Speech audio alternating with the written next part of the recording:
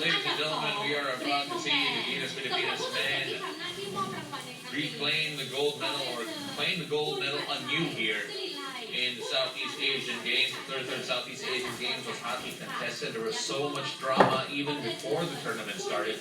We weren't even sure which players would be on the floor for Gilas Pilipinas. But in the end, the collection that we came up with was more than enough to come up with the gold in Thailand.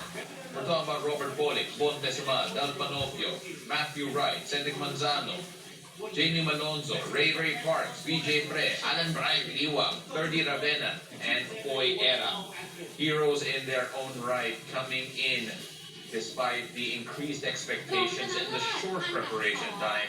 Gilas Pilipinas coming up with the win, the gold that the public expects. And of course our rivals taking the stage here. Here's Indonesia claiming the third place after overcoming Malaysia in their battles for third.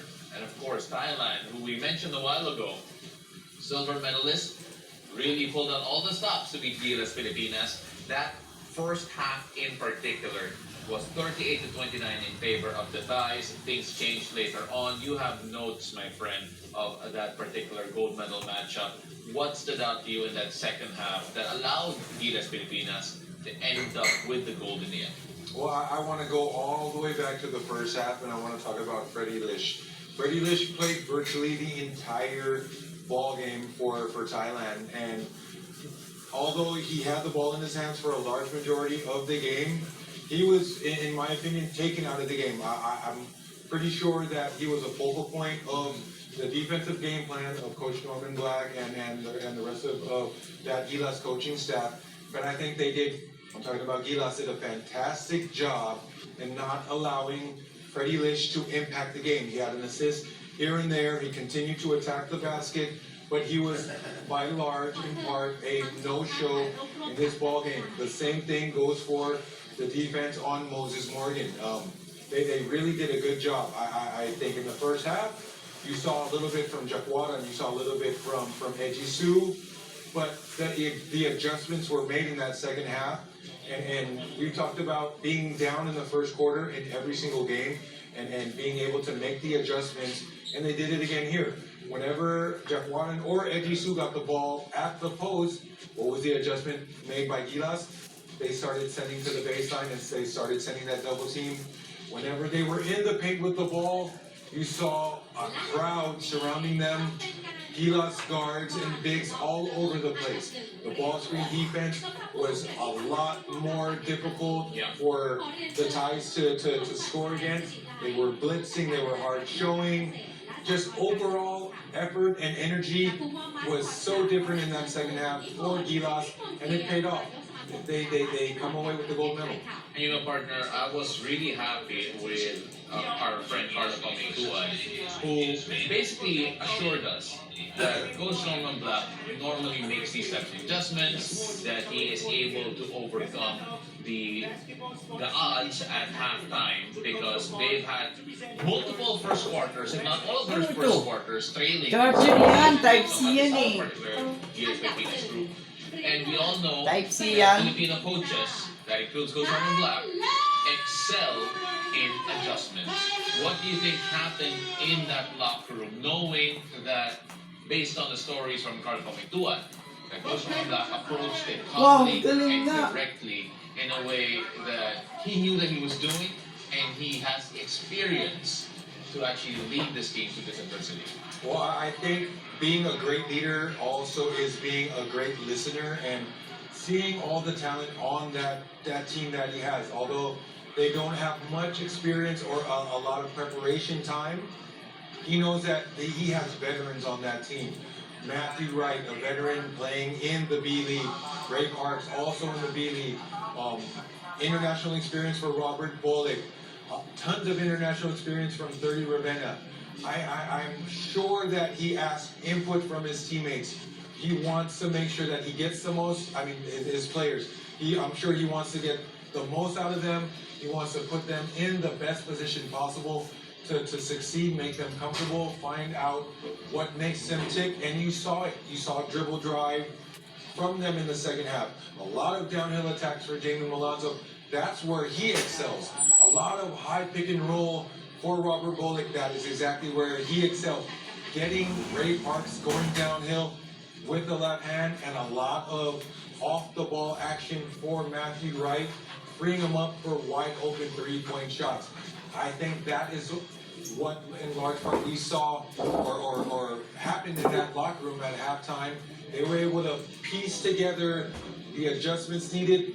And again, like you said, Filipino coaches will never ever be accused of not making adjustments. And of course, what a pass, what a group this is. You mentioned a while ago, we saw different looks from Gilas Pilipinas.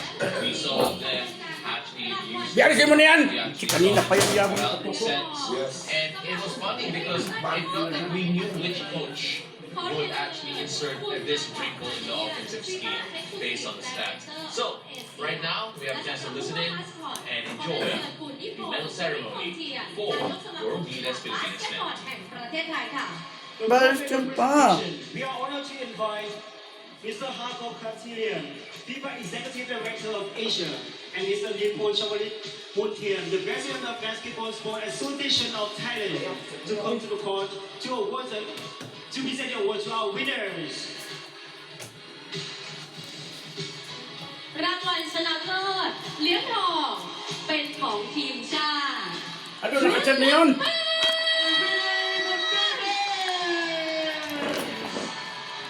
Congratulations, Philippines!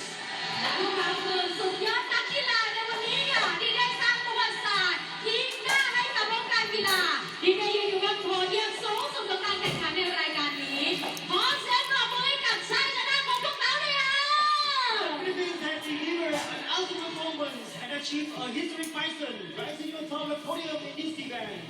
Let's give them a round of applause in honor of their remarkable victory, the Philippines!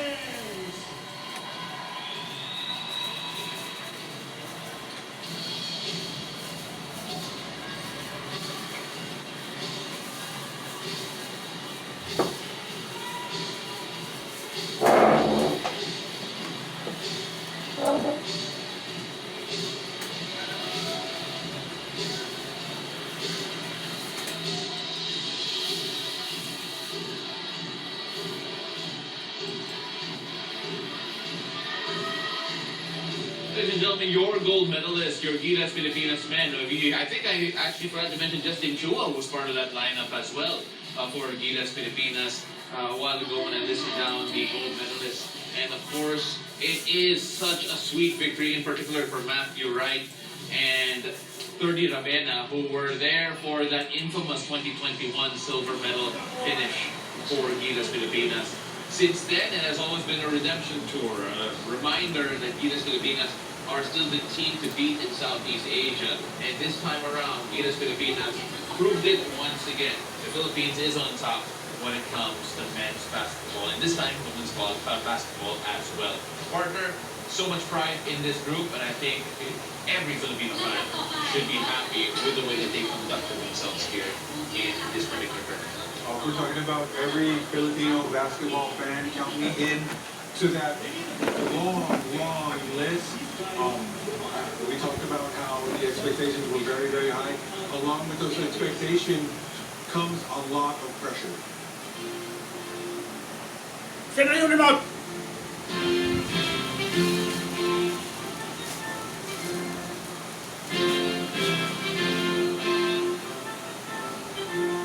Sige na lang pabalik-balik yan! Teka lang. Teka lang pa. Maingay dyan.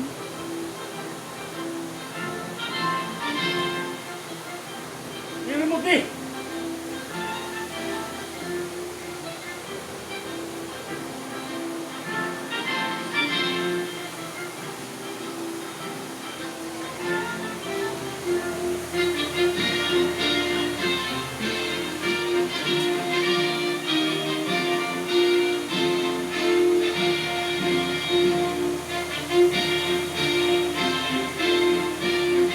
Teka lang pa. Sakit lang.